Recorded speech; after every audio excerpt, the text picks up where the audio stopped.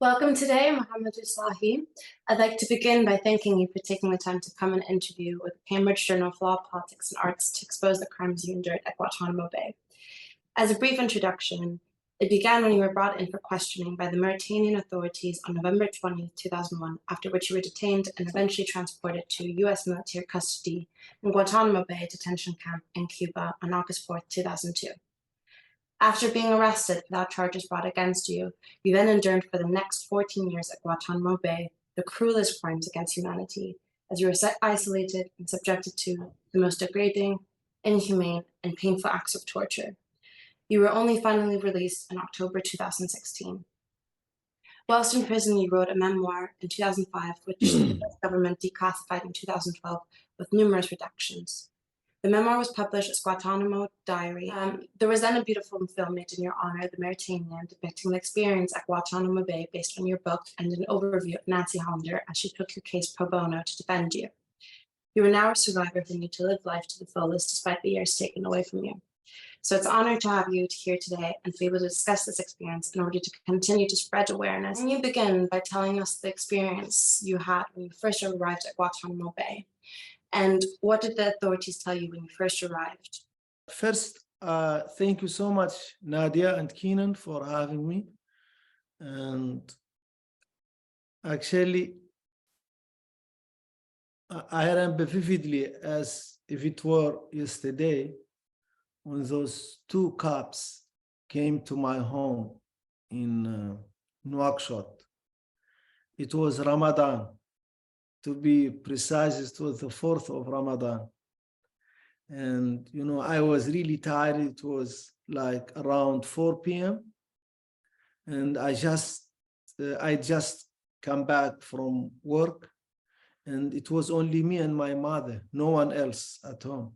And I was getting ready to take a shower and just to get some sleep, you know, because we stayed up, you know, until very late, you know, in Ramadan, you know, it's just like, you know, we use Ramadan as a season to eat more than we usually eat. So to be honest, that's to sum it up, and to have more entertainment, which very much defeat the purpose of Ramadan, you know. And so those two cops in plain civil clothes, mukhabarat, asked me to come with them, you know. And this is not a country ruled by law. This was country ruled by military, you know. And they did not show me cause. They did not show me what you call, I think, arrest warrant. And I could see the fear in my mother's eyes, you know, but I didn't fully understand it. I was really afraid, but I didn't think it was going to be really that bad. And because it was not my first time to be arrested, I came with them, and then one of them drove with me, and the other one followed us or drove in front of us. I don't remember. And I could see my mother in the rear view mirror as she disappeared. And it was, I think, after about 200 meters when we turn right. I always forget whether we turn right or left, but we turn right. And then we turn left. That's why I forgot. And that was the last time I saw my mother, the very last time. I never thought that this would be the last time I saw her. She was really very sick. It took her years going to the hospital. And many years, after many years in prison, they came to me, they told me that she died, she passed away. Then they came back again, they told me, your brother, by the way, passed on too. And I cannot describe to you the pain. I know this is not like law or anything, but the pain that I experienced I remember it was so bad. I couldn't hear anymore. The guys who came to me to tell me the news, they were like in this military, like very special clothes, and very well, maintained. And they had a priest with them because we are not allowed to have imams. And the priest is out Sudan. I think they took him because he spoke Arabic. And he started to talk to me about, I don't know what was he talking about, honestly, because I just wanted them to go away and leave me alone. And I remember I was in so much pain, I need to punish my body. And then I stood and I started to sing the Quran. I think about 12 hours straight. I took one break until I completely collapsed. And what in between was a lot of pain. I first was taken to Jordan, 8 months. And incommunicado. I was not allowed to see anyone, to talk to anyone. And this is like so shameful. This is like a humiliation upon humiliation, that you are being like tortured and humiliated by your own people. This is like was more than anything. We say in Arabic, وَظُلْمِ وَذَوِي الْقُرْبَى أَشَدُّ مَضَادَةً عَلى الْمَرْءِ مِنْ وَقْعِ الْحُسَامِ الْمُهَنَّدِ. And when injustice comes from your next of kin, is worse than being cut in pieces by a sword. And then I was taken to Afghanistan. They tried to take people to free Afghanistan from so-called terrorists, but I was taken to Afghanistan by force. And from Afghanistan, I was taken to Guantanamo Bay, and I was the first candidate for capital murder, the first ever. And I remember after so many months of torture and false confession, one staff, first sergeant, Shally, came to me and told me that I was being chosen for the death penalty. And, you may ask me, was I afraid? How was my feeling? And I tell you, I didn't have any feeling. I was numb. And I was just listening to him, looking at his lips moving.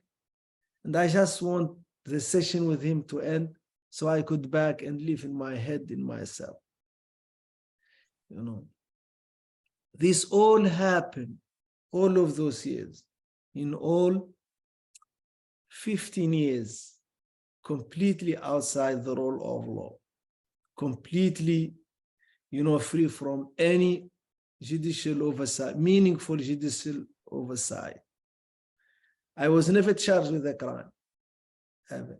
And when I finally got to see, to get my case, the first time in front of an independent person, a judge who could see all the evidence, even the classified evidence, he ordered my release.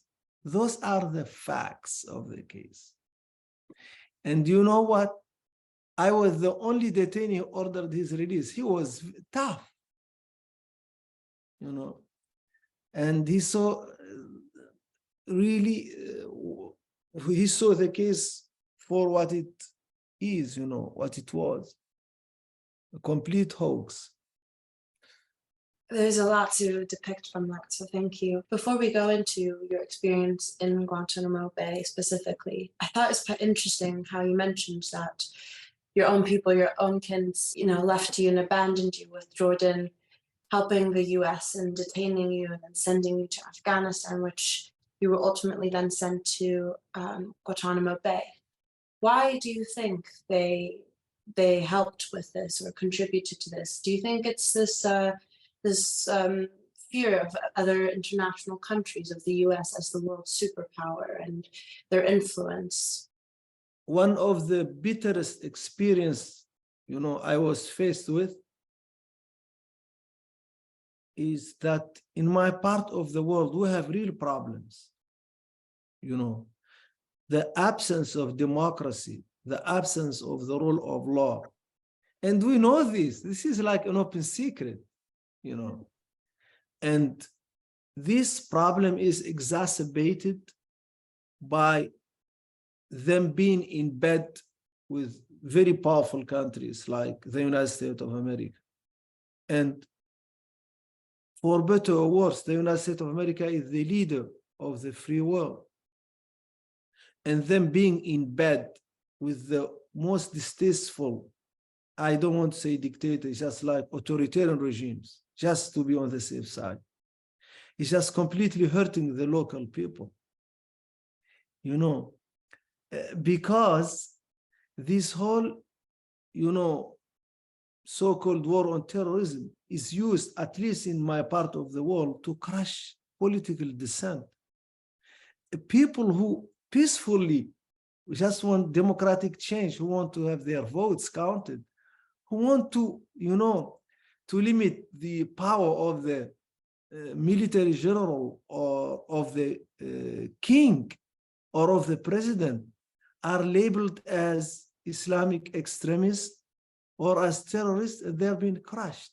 So when I was arrested, there was no Guantanamo Bay, because the United States was discussing with other countries. They were discussing with, with the government, executive branch of the power in the US, of places to put the people they capture, but place that is not subject to the rule of law. That was the whole idea. And in waiting on that place, they had already places where they already, work, like in Arabic countries, like we know Jordan is part of them, my country, and Morocco is part of them. Even Syria was part of them. Egypt. I'm telling you this, people who I met and who were delivered to those countries, or like declassified file that were sent to me as part, I think, of my case. And this is really shameful, in Pakistan, of course, and etc. And so the point being, if they couldn't take me to the US because the government, the FBI and the CIA, they knew that there is I didn't do anything. But you would say, why do then they capture me? Because they want information. They want information. They want to ask me. My cousin is friend of Osama bin Laden, and I don't need to have rights. I don't need to have rights. I'm from Mauritania, and there is no one who is defending me. My country certainly is not defending me. And when you first arrived at Guantanamo Bay, a detention site where the rule of law doesn't exist, what were the prison conditions like? What was it like when you first entered there? So when I was interrogated in Bagram, I didn't speak English. So my English was very limited. I didn't understand. When they told me, do you need to use the bathroom? I spoke German, and bathroom in German is very close to Badezimmer, where you take a shower. And then I thought, wow, Americans are good people. They want to allow me to take a shower. And I said, yes. They took me to a barrel full of human feces, open barrel. And they told me, yeah, you can use the bathroom. I said, okay, this is the bathroom in English. Okay, now I understand. because we didn't have toilets. We have only like, I don't know whether you know this, but in prison, they bring like very big barrels, and then those are the toilets of the detainees. So, and they told me what other language. They brought Arabic interpreter, and they asked me what language I spoke, and I told them I speak Arabic, French, and German. And they said, "What? You don't speak German?" And then I said, "Yeah." And then they brought a CIA agent who spoke German. And then he was the one who interrogated me. And, you know, he felt like a relationship to me because he was German, and we were the only two people who spoke German. And he told me, "You are screwed either way. I'm just going to be honest with you. Because even if you are innocent, you are not getting out of this." You know? He told me, and I don't know whether you're innocent or not. Maybe you're innocent, maybe you're not, you know. But in either way, you are not getting out of this. So, and I think he told me, I don't know whether he recommended this or it was like already decision that I would be sent to Guantanamo Bay. And I was really happy, you know, because after 8 months in Jordan and the pain I saw in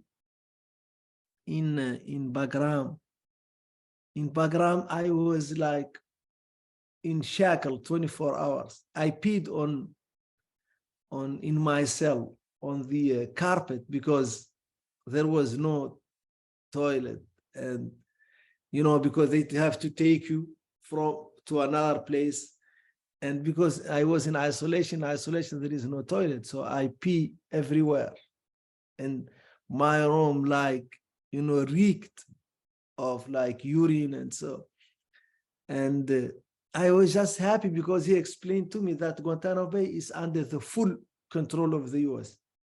And I told myself, this is the US, so they cannot harm me because now I'm under the US, you know, custody. Not anymore. They won't blame it anymore on the Jordanian and the Afghans.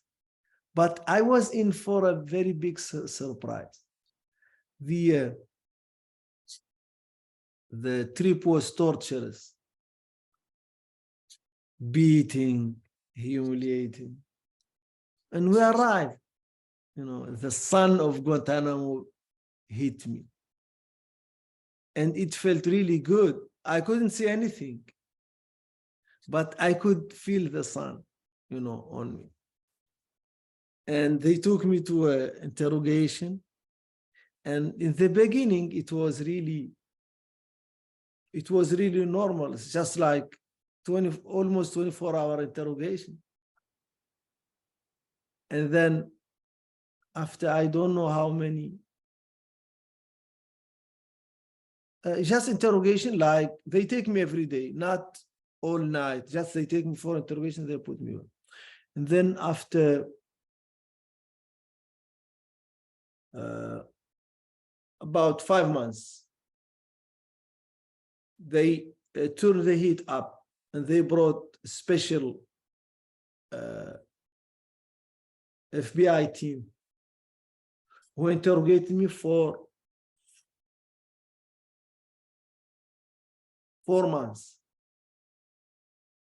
And then they told me, Mohamedou, we are not getting anything out of you. And then they told me if I don't cooperate with them, they will torture me. And I remember what I said. It was very dumb. I said, the sooner, the better. And I didn't speak a lot of English, but I knew what the sooner, the better meant, because by that time, I already picked up a lot of the English language. You know, and it was really bad to say, but you know, the decision to torture me was a foregone conclusion anyway. They took me to they brought special team, the torture team. They took me to India block, and they emptied it from all detainees and only me. 70 first days, no sleep. 70 days, no sleep, 24 hours. Sexual assault, strip you naked, and beating so bad, I thought I was going to die. And then after 70 days, they took me on the boat ride. They brought like another team, Arabic speaking team. One guy had Egyptian accent, another guy has Jordanian accent. I couldn't tell who they were, but I could only hear. So, and the guy with the Egyptian accent said that he was Egyptian, and the other guy said he was. And then they were threatening me to take me back to Egypt and Jordan, but they didn't know I actually that I already took that path, and there were no miracles, And I remember Richard Zuli,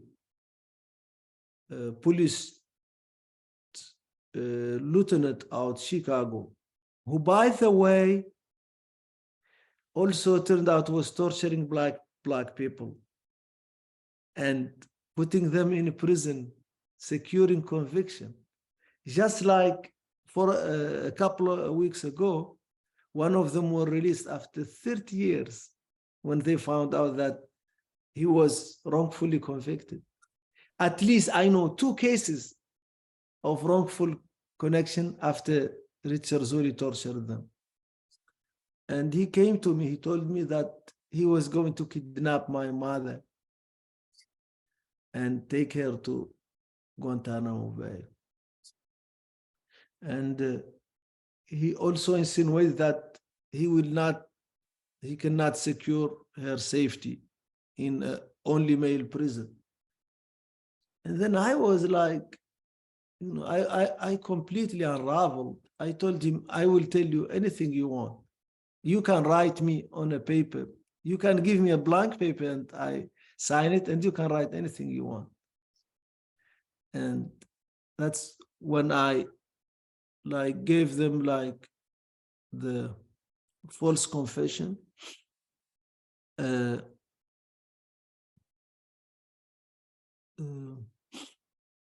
First Sergeant Charlie helped me write it. And this false confession was the biggest challenge for them because they do something they call dissemination. So when a detainee gives the information, they send it to the different agencies like FBI, CIA, and whatever. And they were all saying, it turns out they were saying, no, he didn't do this. We know he didn't do it. And Richard Zuli was so angry with them because they said, you want to convict him, you want death penalty. This secures to death penalty. Why you ask question? They all asked him, they said, we want lie detector, you want him to do this like lie detector test. And then he came to me and I said, I cannot do it. He said, why? I said, because this will negate all the confessions that I made, because I cannot lie under, polygraph. And then he said, that's the government. They want to take polygraph. And then I took polygraph twice. And I told him I didn't do anything. Zero, zilch, nothing, nada. And then I passed the test twice, and after the test, this was like a complete change of my situation. First, they started to drive down the torture, and they decide that I can never be released ever, because what I saw and what I experienced. Later on, Mauritanian government, an ex-minister told me that when they asked in 2012 for my release, they sent him, he's unreleasable, quote unquote. Because, as you said, at that point, you've become a witness to all the crimes against Yes. humanity of what's been happening in Guantanamo Bay. Yes. So once they release you, then the whole world will know what's actually occurring. Yes, that would be a challenge to the narrative, to their narrative. Yes. Propaganda. It's beyond the international community the crimes that they committed, and how they tortured you whilst you were there. What do you think they were told in order to commit these barbaric and inhumane torture crimes, to conduct them, to, I suppose, still be able to sleep at night? Do you think it was brainwashing? Do you think they truly believed you were involved? Or do you think it was just pure hatred towards a certain religious group and certain countries? Let's be, cold and scientific about this. This is humane. Like, this is like just a human being like that, This is not because they're Americans or they're French. When you start dehumanizing, a group of people, there is nothing you can do to them, And this started, like with our faces put out, they take very ugly picture of us and they put them out there. When I saw my picture, I said to myself, this guy is a bad guy, And I don't remember when they took this picture because I was held and my face was like, swollen because of the beating. And this picture is actually on internet. They put it on internet. And this is the person that we are holding here. So those are evil people. And, and I think that, so just the soldiers, the people who participate in the torture, those people are evil people. They would kill you in a heartbeat if they have a chance to do so. And when you start, first like sleep deprivation, and then sexual assault, and then beating, they always tell me, we want to save life, But what they didn't do that, I couldn't save any life. I didn't do anything. I don't know people who are holding bomb to kill anyone. And this goes on, and they are not doctors, and they don't know. So that's why,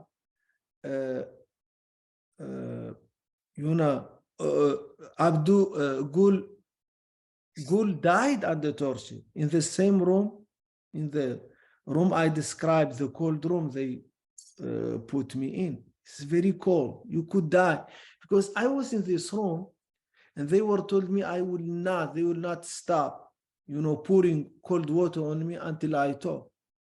You know what they didn't know? I couldn't talk because I was so cold,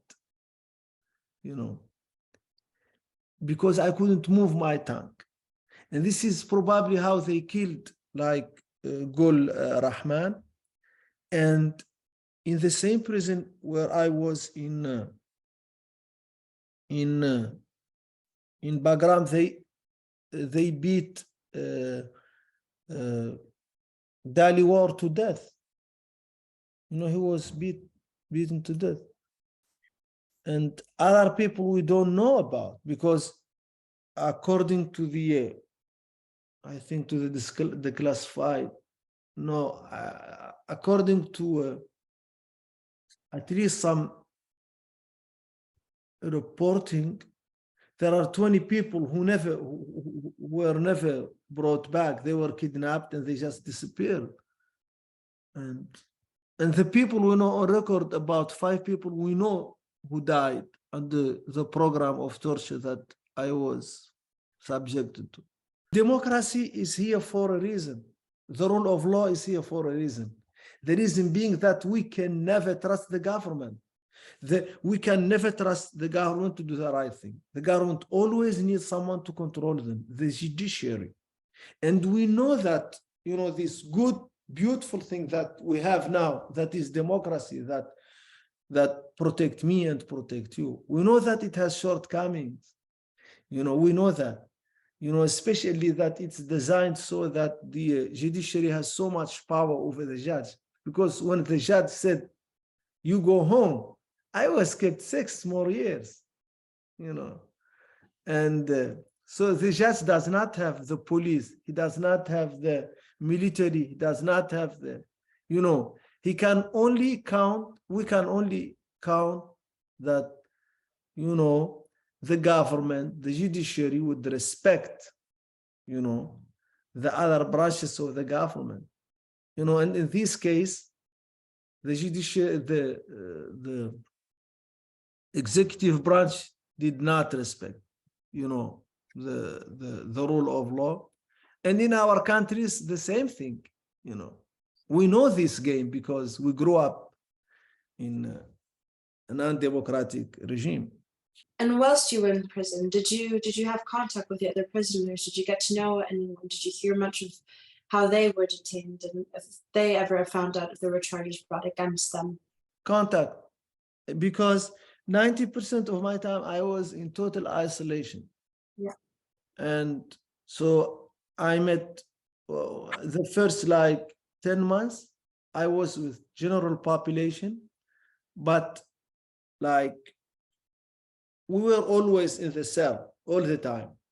So we don't get to meet, so we just in this, of course, we shout, we talk, and this was all the time interrogation. And of course, we talk about interrogation, and of course, we are afraid. I don't know them, and they don't know me too. And then I was completely taken away from the general population. And the only thing I could read or I had access to it's the statement when they are given to me by my lawyers, the statement of other detainees that relate to my case. For example, there is a detainee who is very known, who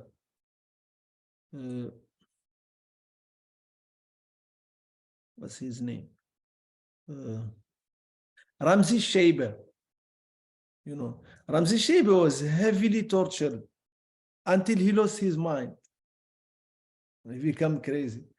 And I know about his case because he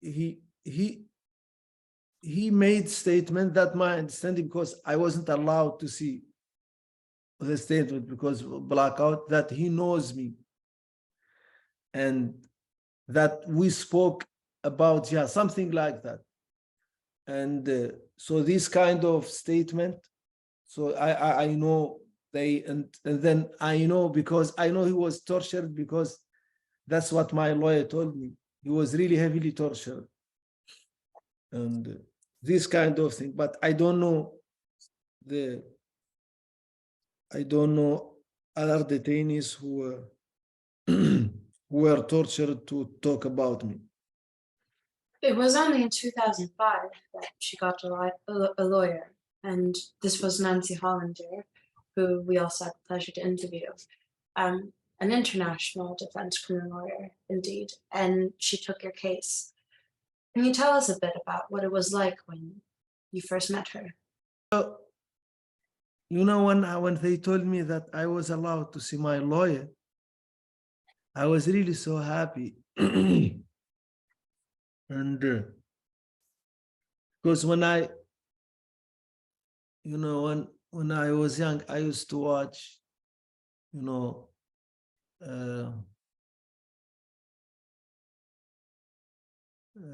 Married with Children and a little bit Law and Order. And then I had this, idea that Americans are really humorous and they really respect the rule of law. So I thought, this was all a mistake. And then now they will release me, and then I will go home and I will get a lot of money, like in the movies.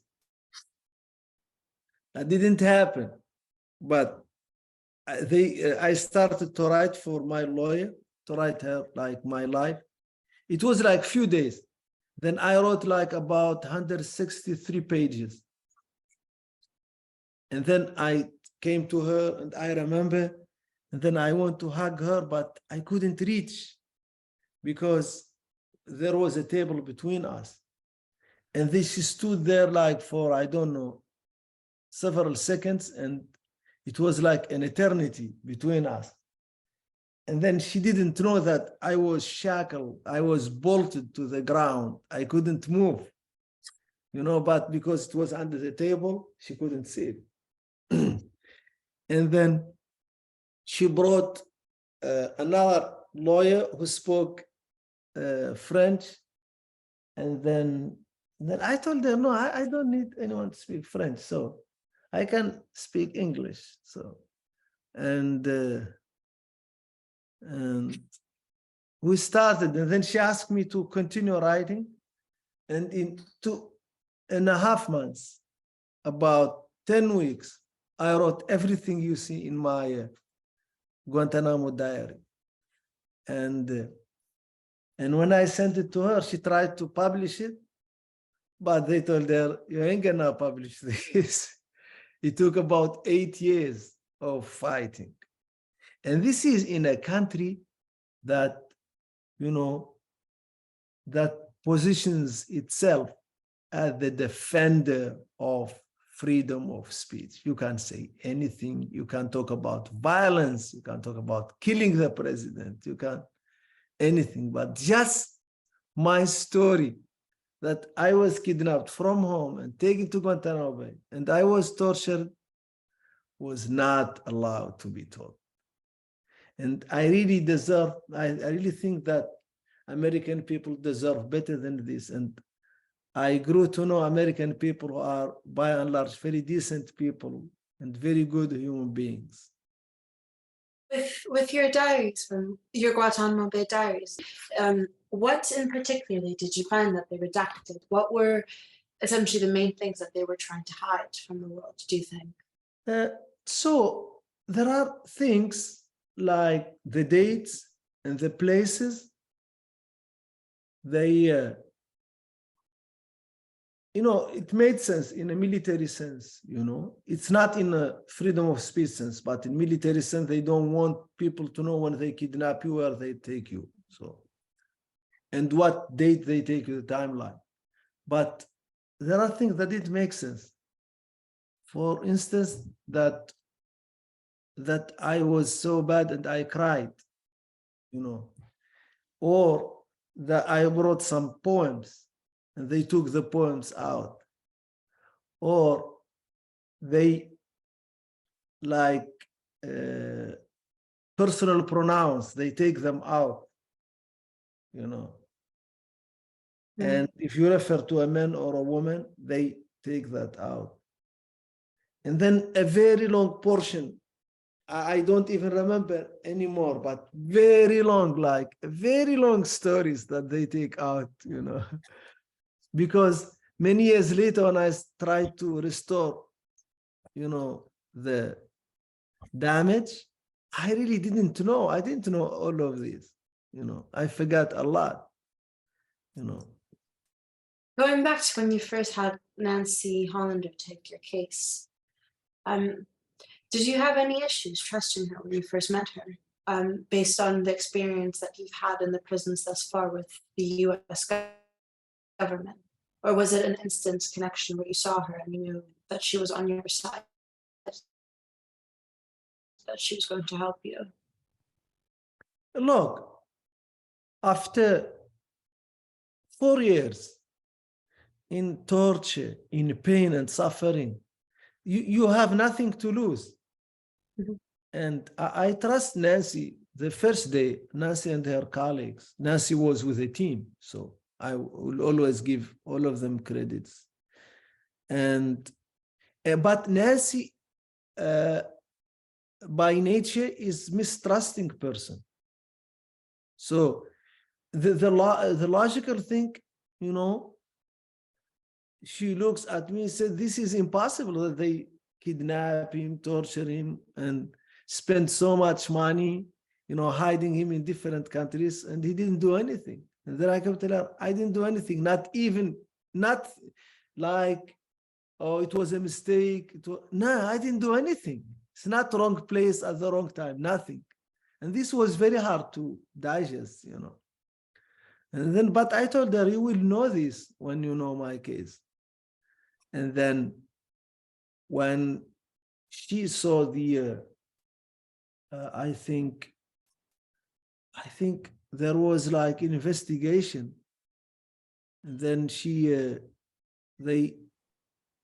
when she saw like the torture that I was exposed to, and the resignation, I think, of the prosecutor who was supposed to put me to death, then she knew that, you know, because he was a prosecutor and he was like a Marine, you know, and there was no reason for him like to side with me because he wanted revenge, you know. And that was like a very big thing, you know, among many other things, you know, the facts of the case that kept trickling, I would say. And in respect to the film, The Mauritanian, it'd be interesting to get your perspective of how you think the portrayal of Taha Rahim was of you. Was it an accurate representation? What was it like seeing him in this film and enduring what you endured at Guantanamo Bay? It's a very good way, you know, to brag and tell people, look how I look. And then, you know, and maybe even very tempting to take his photo and put it as my profile picture, you know. Yeah. And actually, you know, it's really, it's another way to tell my story, you know, and we are completely vilified, you know, in this part of the world. And, you know, and it's not very common that you see anything positive about us, you know, in Hollywood. And, you know, seeing like Tahir Rahim and Jodie Foster, like just portraying someone who did not do, you know, who did not hurt anyone. This is something that the story I want to tell the people, that my family and I, we did not grow up to hate anyone. We grew up to love people and to love life and to live peacefully, you know. Of course, I was a young man and I wanted to help Palestine and I want to help Afghanistan, everything. But doing that, I never killed anyone. I never did do anything to anyone. Of course, I wasn't always like very careful what I say, but that's okay. Why is it okay for young French people and young American people to be stupid and to say stupid things? But it's not okay for Saudi people or Moroccan or Mauritanian people. Why? I don't accept that. And specifically, go back to the film. Do you think there would have been, because naturally it's a Hollywood film and you can't show everything, what do you think was something important that could have been put in the film that people should have seen? So something that's in your diaries but wasn't in the film, and something that is important that people should know what's happening in these camps. Put 70 days of sleeplessness in a movie, that would be too long. And this only 70 days. And I was in prison 15 years, you know. And I think I think Kevin, my good friend Kevin, did a very good job, you know. And yeah, and they asked me a lot, you know, because I told them I don't interfere with the work of movies because I'm not a movie maker. But they asked me, and I told them what I think, my opinion, and they very much took everything what I told them after they did the research, of course, and they talked to the other side a lot. Going back to your case with Nancy Hollander, it was in 2010 that, correct me if I'm wrong, but it was Judge James Robertson that granted a writ of Yes, yes. habeas corpus ordering for your release. And Yes. as you mentioned earlier, then, well, first on that actually, were you surprised or did you have hope throughout the case working with Nancy Hollander that you were going to win? Because of course you knew you were innocent and you knew they didn't have evidence, but at that point it was quite clear that it didn't matter to the authorities whether there was evidence or not. You'd already seen too much. So throughout the case, were you hopeful still nonetheless that you would have justice? I learned everything about the American justice system the hard way. Mhm. So in the American justice system, when the judge asks you, there are mainly in the Western world, there are two philosophies. There is the common laws as it is practiced in the United Kingdom. And this is like the common sense, what decency dictates. It doesn't need to be written. But when people think this is bad, it should be bad. Hence the jury, because the jury decides the law. And there is what they call Napoleonian law. Napoleon law is based on Sharia, but don't say that in France because they will really hate you for it. So, and Napoleonian law dictates that there cannot be a crime without being defined. America is neither common law nor is it Napoleonian law. It's a mixture of both. And that's why a lot of the crimes that they charged the detainees in Guantanamo Bay with were not defined, like material support of terrorism. That was not defined as a crime. So when the judge asks you in the US, are you guilty? You have to understand the question is not, did you do this or not? That's not the question. The question is, did you commit a sin? Or didn't you commit a sin? The commission of a sin could be, you really feel bad that you didn't prevent this crime from happening. Or you put the gun in the head of that guy and put 10 bullets in him, but you were defending yourself or your family and you were in the right. In both cases, you say, I'm not guilty, or guilty. So that's the first thing, because first in most European countries, the countries that practice the Napoleonian law, there is no pleading. They don't ask whether you're guilty. They only look at the facts, what happened, that's it. So that was like my first shock. I wanted to testify on my own behalf. After I finished the testimony, I said, I'm screwed. This is not going good, because like he kept asking me, did you watch jihad movies when you were young? I said, yes. Did you read jihad magazines? Yes. And then I wanted to cry, because I didn't want to say yes or no, because I will, especially Keenan, you are young, I will give you something you may know. If you ask someone a line of questioning and you limit them to yes and no, you can make them come to any conclusion, no matter what the conclusion is, And I was not allowed to explain anything. He said yes or no.